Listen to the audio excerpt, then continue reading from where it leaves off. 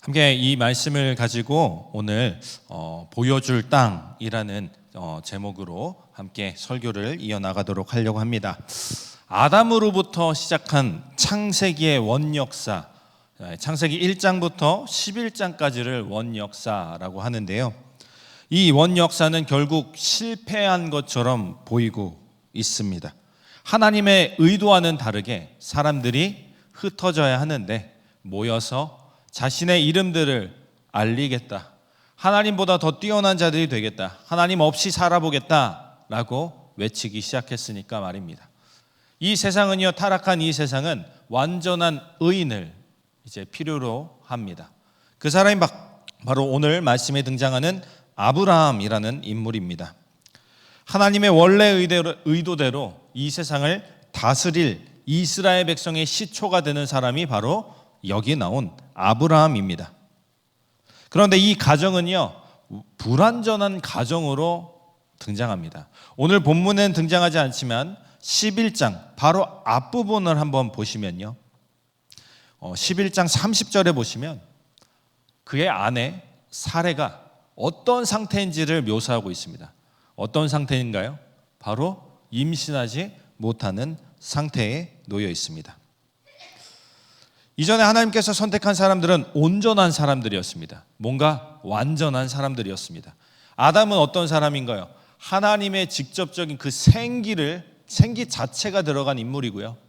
노아는 어떤 사람입니까? 당대의 온전한 사람이다, 누가 봐도 대단한 사람이다 라고 알려졌던 사람이었습니다.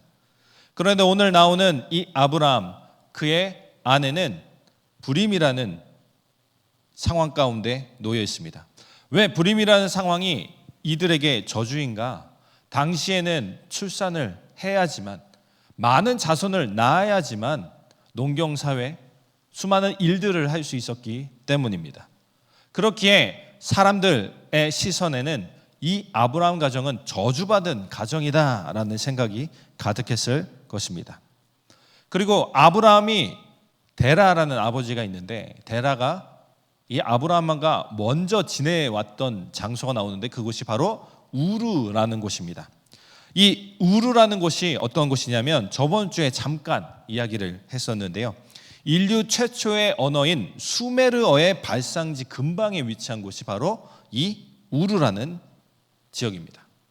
이 언어라는 것은요, 왜 필요할까요? 뭔가 말이 통해야 공동의 작업을 할 수 있으니까.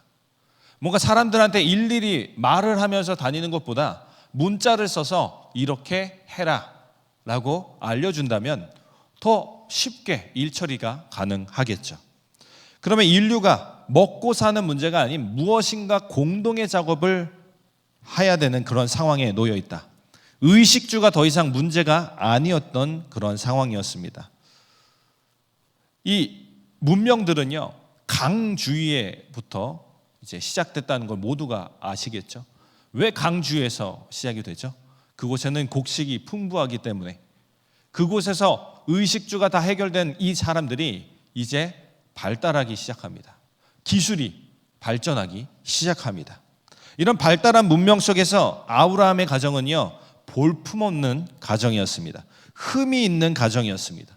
경쟁력이 하나도 없는 가정이었을 겁니다. 자손을 낳을 수 없는 이 상태에 놓여 있기에 대를 이을 수 있는 상황이 아니었기 때문입니다.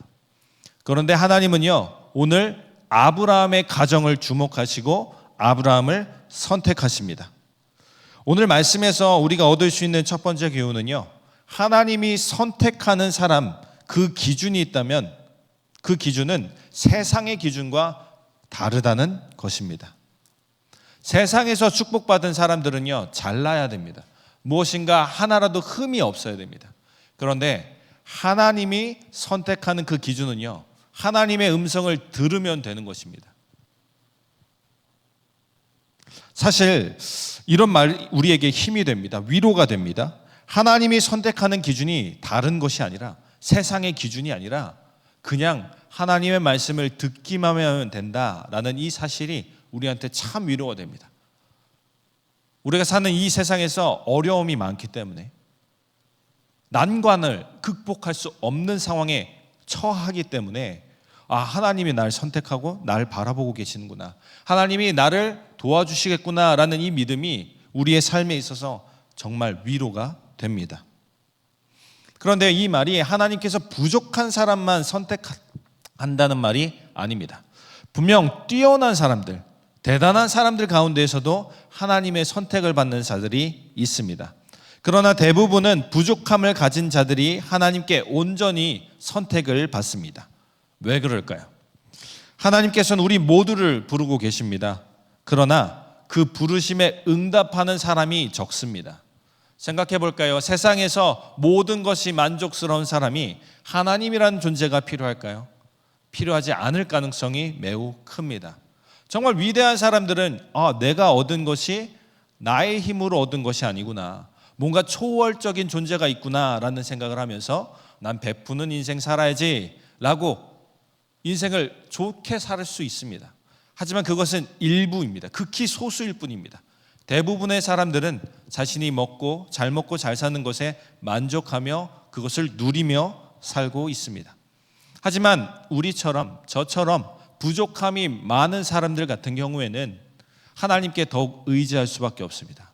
하나님이 나를 선택하셨다고 라는 그 선택이 부담으로 느껴지는 것이 아니라 정말 감사하다, 은혜로 여길 수밖에 없습니다. 그렇기 때문에 하나님의 선택은, 하나님의 관심은 일부 사람들에게 비춰지는 것 같습니다. 특히 가난한 사람들, 억눌린 사람들에게만 관심이 있는 것처럼 보입니다. 예수님이 활동했던 그 당시에도 마찬가지였어요. 예수님이 주로 만난 사람들이 누구였나요? 죄인들이었습니다. 그러니까 유대인들 자체에서는 나는 하나님을 정말 잘 믿는 사람인데 소외받고 있다는 느낌이 듭니다. 예수님이 오히려 잘못됐으면 좋겠다, 넘어졌으면 좋겠다라고 생각했던 사람들이 유대인들이었습니다. 이렇듯 하나님은 우리 모두에게 관심을 쏟고 계시다는 이 사실을 우리는 알고 있어야 됩니다. 다시 본론으로 넘어가도록 하겠습니다. 곡식을 수확하기 위해서 필요한 것은 인력입니다. 그 과거 농경사회에서 사회가 바라는 가정상은 생산력을 늘리는 것, 많은 자녀를 만드는 것이었습니다. 과거 아름다운 여인상은 누구였을까요? 예쁘장한 얼굴을 가진 것이 아니라 아이를 잘 낳을 수 있는 체격이었습니다. 과거 아름다운 남성상은 무엇입니까? 스마트한 사람, 그냥 근육은 있는데 근육이 우락부락한 것이 아니라 약간 생활 근육 막 이런, 저는 없는데요, 갖고 싶은데 아무튼 그런 근육을 가진 사람이 최고의 남성상이 아니라 정말 힘쓰는 사람, 체격이 좋은 사람, 체력이 좋은 사람이 당시에는 정말 좋은 사람, 미남이었습니다. 그런 면에서 아브라함의 가정은 사회에서 인정받지 못하는 가정이었습니다. 손가락질 당하는 그런 가정이었습니다. 그런 것들 있나요? 유튜브 가끔 보면 통쾌하다라는 이야기. 너 이렇게 엄마 말 안 들으면 저 아저씨처럼 배달 일을 하게 될 거야 하자 배달하는 아저씨가 막 엄마에 향해서 막 무안을 주는 그런 장면들 가끔 등장하는데, 그런 가정이 바로 손가락질 당하는 그 가정이 아브라함의 가정이었습니다. 너 그렇게 제대로 살지 않으면 아브라함 가정처럼 망하게 될 거야 라고 손가락질 당하는 가정이었을 것입니다. 그런데 하나님께서는 이 아브라함의 가정, 아브라함을 선택하셨습니다. 하나님의 선택하는 사람은 하나님의 관심에 응답하는 그런 사람입니다. 하나님이 창조주라는 사실을 믿고 있는 우리들은 하나님이 우리에게 관심을 갖는 것, 하나님께 선택받는 것이 얼마나 소중한 것인지를 알고 있습니다. 왜 그렇습니까? 왜 창조주이신 하나님이라고 했습니까? 이 세상의 모든 원리를 만드신 분이 누구입니까? 바로 하나님이십니다. 그렇기 때문에 창조주이신 하나님께 간택을 받는다, 선택을 받는다, 관심을 받고 있다라는 것은 우리가 모든 일을 할 수 있다라는 말이 되기 때문입니다. 혹시 여러분들이 세상 가운데서 나에게 하나님은 관심이 없는 것 같아 라고 느껴진다면 오해한 것입니다. 하나님은 우리에게 관심을 많이 쏟고 계십니다. 그렇다면 내가 왜 어려움이 찾아왔나요? 그것은 우리에게 숙제입니다. 이 세상이 타락했기 때문에 그 타락한 그 그림자가 우리에게 드리워진 가능성이 있습니다. 우리는 어떻게 해야 됩니까? 그런 순간에 더욱더 하나님의 관심을 바라야 됩니다. 기도해야 됩니다. 기도할 때 하나님은 더 큰 은혜를 우리에게 주실 것이고 더 큰 관심을 우리에게 주셔서 그 어려움들을 이겨낼 힘을 주실 겁니다. 여러분들이 지금 세상에서 무시당하고 어려움을 당하는 그 순간은 지금 당장은 참으로 안타까운 상황입니다. 정말 견디기 힘든 시간임이 분명합니다. 저는 이런 어려움들을 여러 번 겪어보았습니다. 그렇기 때문에 저는 여러분들에게 조금만 시선을 돌리기를 바랍니다. 소망합니다. 저는 지금 고난당하고 있는 여러분들, 어려움에 처한 여러분들에게 일명 꼰대라고 불리는 사람으로서 조언한 것이 아닙니다. 그거 다 지나가, 그거 아무것도 아니야 라고 얘기하는 것이 아닙니다. 분명 여러분들의 힘듦, 여러분들의 삶 가운데에서 어려움들 분명히 저는 존중합니다. 이해합니다. 하지만 잠시 시선을 돌리면 하나님이 내게 얼마나 큰 관심을 갖고 계시는지를 알게 됩니다. 5년, 10년 후에 여러분들이 지금 어려운 이때를 바라봤을 때 그때 내가 하나님을 의지했더니 내가 이렇게 인생이 잘 풀릴 수 있었겠구나 라고 회고할 수 있을 것입니다. 여러분들의 각 가정에 그 삶에 이런 은혜가 임하기를 간절히 소망합니다. 아브라함의 가정은요, 우르에서 하란이라는 곳으로 이주했습니다. 이때 아브라함의 아버지 데라의 판단이었습니다. 이 데라도 어디를 가려고 했냐면요, 가나안을 가려고 했습니다. 오늘 본문에서 나온 이 아브라함이 가려고 했던 그곳이 목적지가 가나안인데 데라도 또한 그렇게 목적을 가지고 이주하려고 했습니다. 그러나 지금 오늘 본문 속에서 나온 이 아브라함의 계기와는 다릅니다. 왜 이주하게 되었는지 그 계기가 다릅니다. 데라는 어떻게 생각했을까요? 이 우르라는 지역에서 우리가 살기에는 조금 좀 애군을 떼야겠다. 좀 미신적으로 생각했을 가능성이 큽니다. 왜냐하면 하나님이 데라한테 어떻게 해라라는 말이 성경 속에는 없기 때문에 우린 그렇게 가정할 수 있습니다. 데라는 지금 현재 자신의 아들 아브라함이 그의 며느리 사레가 임신하지 못하고 있는 것이 이 환경 때문이다라는 생각을 했을 겁니다. 일이 잘 풀리지 않으니 이주하게 된 것입니다. 이리저리 왔다 갔다 찾았던 것입니다. 우리 인간은요, 이상향을 찾아 떠납니다. 유토피아를 찾아 떠납니다. 나의 꿈꾸는 인생을 실현하기 위해 이곳저곳 방황합니다. 그런데 대부분의 사람들은요, 그 이상향에 들어가지 못하게 됩니다. 잠깐 기운이 무거운 것 같아서 이런 얘기를 한번 해보도록 하겠습니다. 여러분들이 생각하는 그 꿈꾸는 이상형이 있지 않습니까? 이상향 말고 이상형들이 있지 않습니까? 혹시 나는 이상형을 만났다라는 사람이 혹시 있으십니까? 예, 저는 손 들고 있습니다. 저는 손 들고 있습니다. 예, 안 듣고 있는 것 같은데 아무튼 이렇게 이상형을 찾는 것이 참으로 어렵습니다. 이거를 얻었으면 좋겠다. 저 사람 딱 내 이상형인데 해서 가면 그 사람은 이미 여자친구, 남자친구가 있습니다. 모두가 좋게 여기는 사람은 이미 누가 이제 데리고 갔을 겁니다.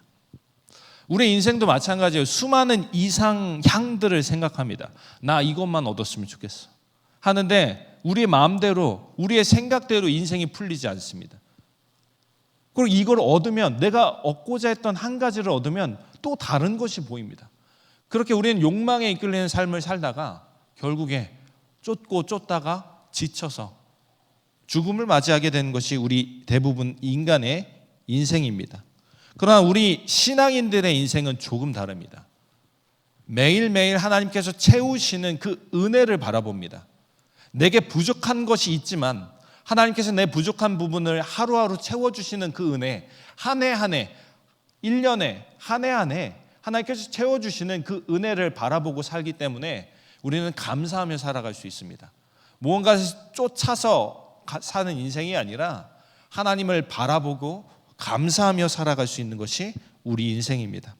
여러분들도 창조주이신 하나님을 믿고 그분이 바라는 대로 사는 인생이 되는, 잘 되는 이 일체의 비결을 기억하시기 바랍니다. 하나님께 의지하면 됩니다.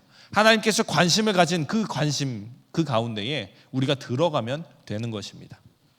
그 관심으로 오늘 본문에서 아브라함은 하나님의 관심에 들어가기 위해 하나님께 제사를 드립니다. 예배를 드립니다. 그 예배 가운데 하나님이 축복 내려주십니다. 너가 내 말대로 내 말을 순종했으니 넌 잘 될 거야. 너를 축복하는 자에게 축복하고 너를 저주하는 자에게 너에게 저주할 거야. 아브라함은 큰 위안을 얻었을 것입니다. 그럼 오늘 본문 말씀을 더 살펴보도록 하겠습니다. 1절에서 하나님께서는 아브라함에게 이르십니다. 내가 내게 보여줄 땅으로 가라라고 말합니다. 그래서 땅은 목적지가 나오긴 하는데 이 목적지가 어떤 목적지입니까? 어떤 땅입니까? 보여주리입니다. 미래형입니다. 아직 보여주지 않았습니다. 전 이 보여주리라는 단어에서 두 가지를 한번 묵상해 봤습니다. 첫 번째, 보여주리라는 것은 어찌됐든 무조건 이 자리에선 떠나라는 얘기 아닙니까?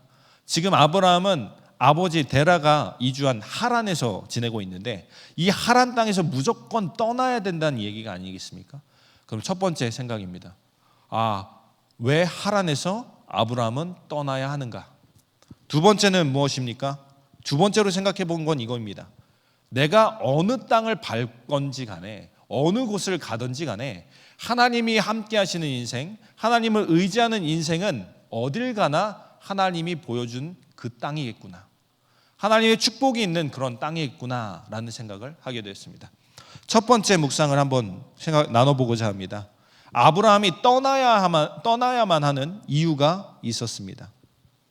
우르뿐만 아니라 하란, 그리고 지난주에 봤던 그 바벨이라는 지역에서는 사람들이 하나님의 뜻을 반하는 사람들이 모였습니다.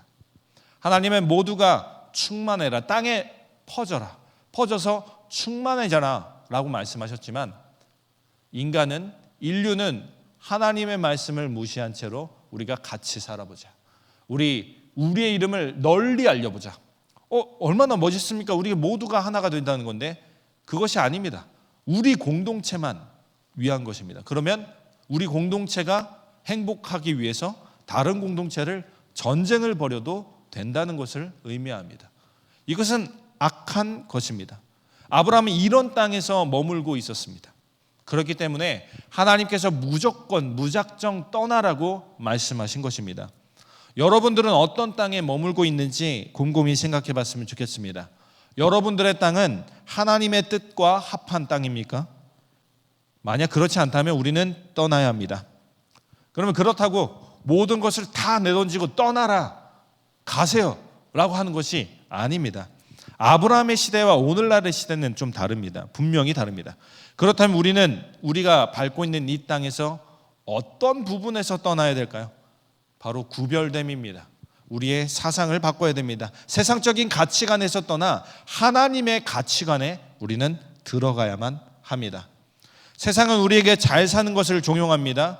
어떤 일을 벌이든 너 하나 잘 살면 돼 라고 얘기합니다.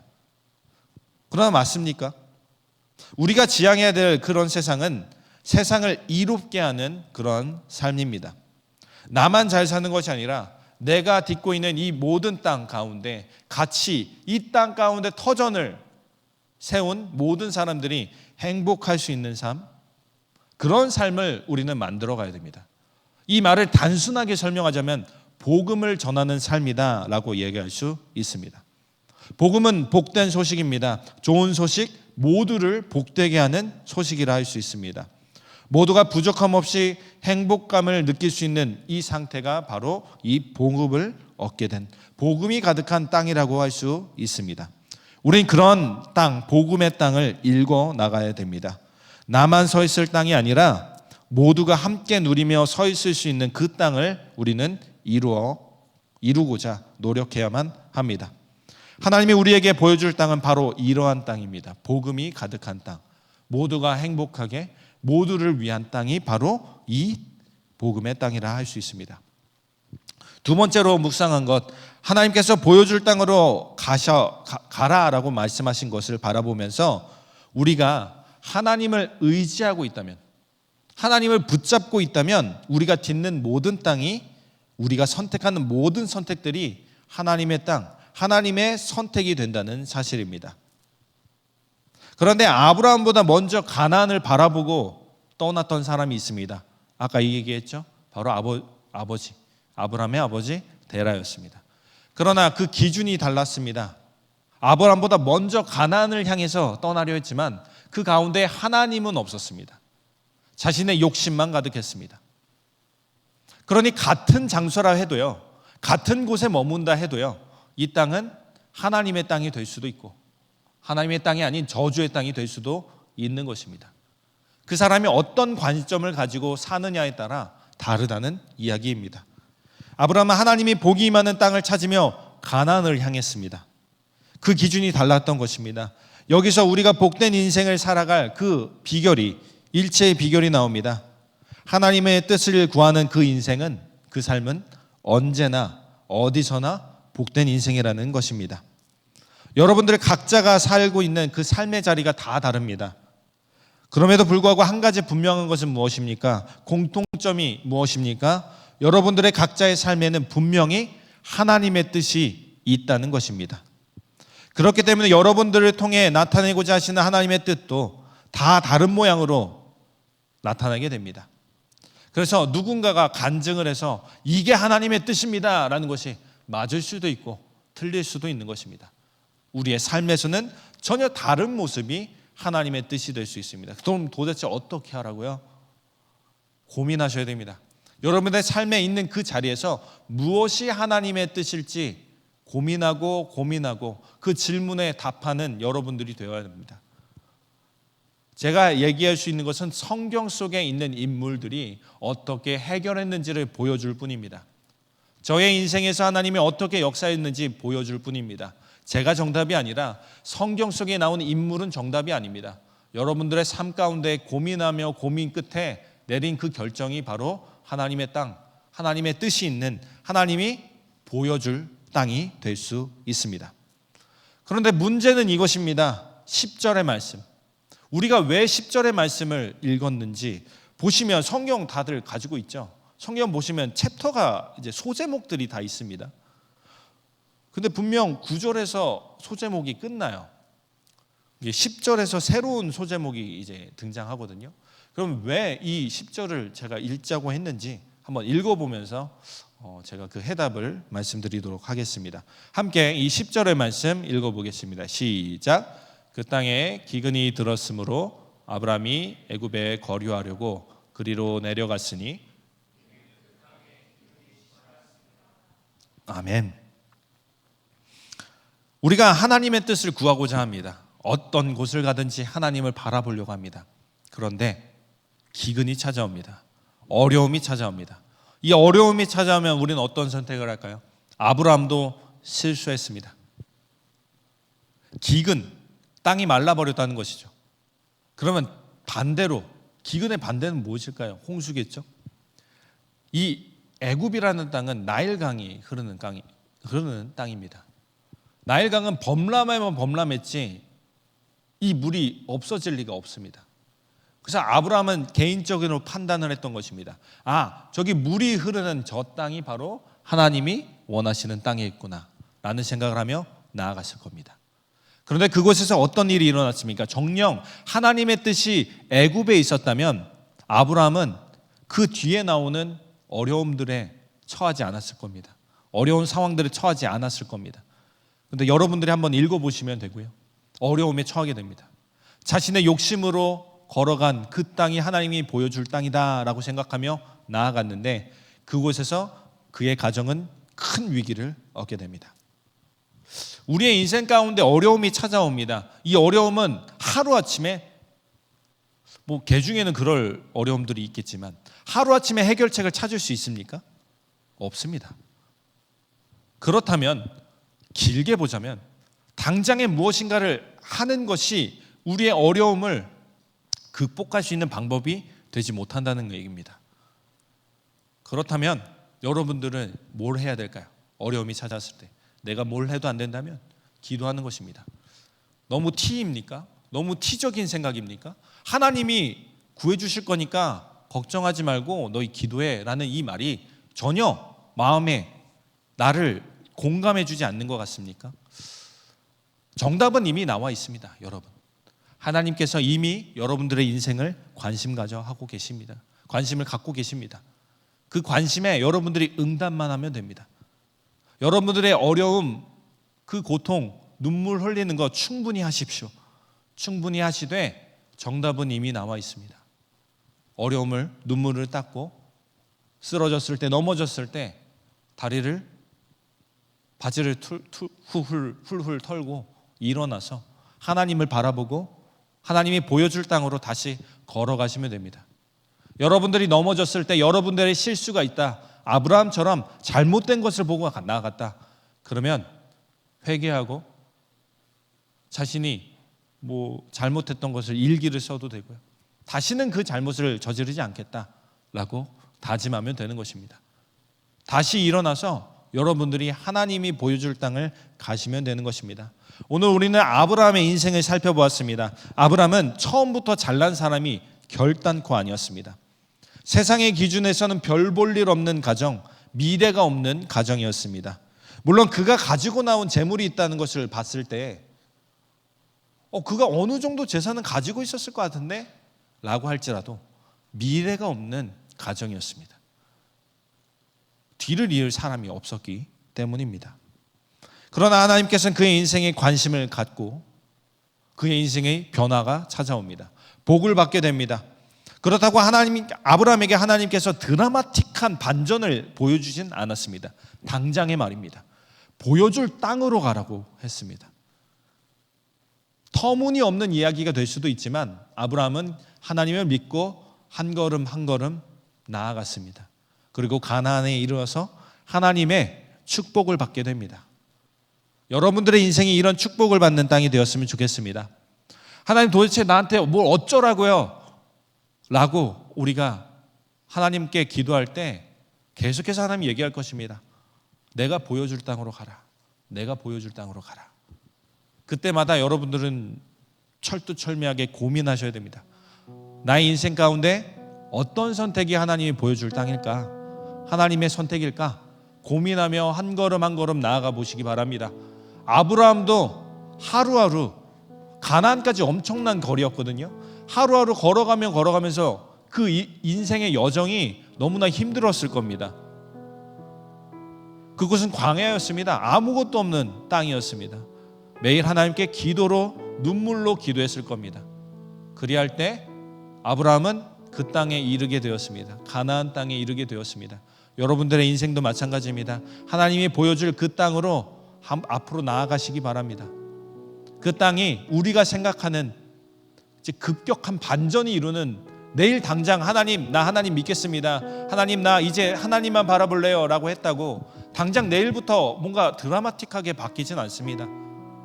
하지만 1년, 2년 계속해서 지나가다 보면 하나님께서 여러분들에게 주신 은혜가 하나하나씩 보일 겁니다.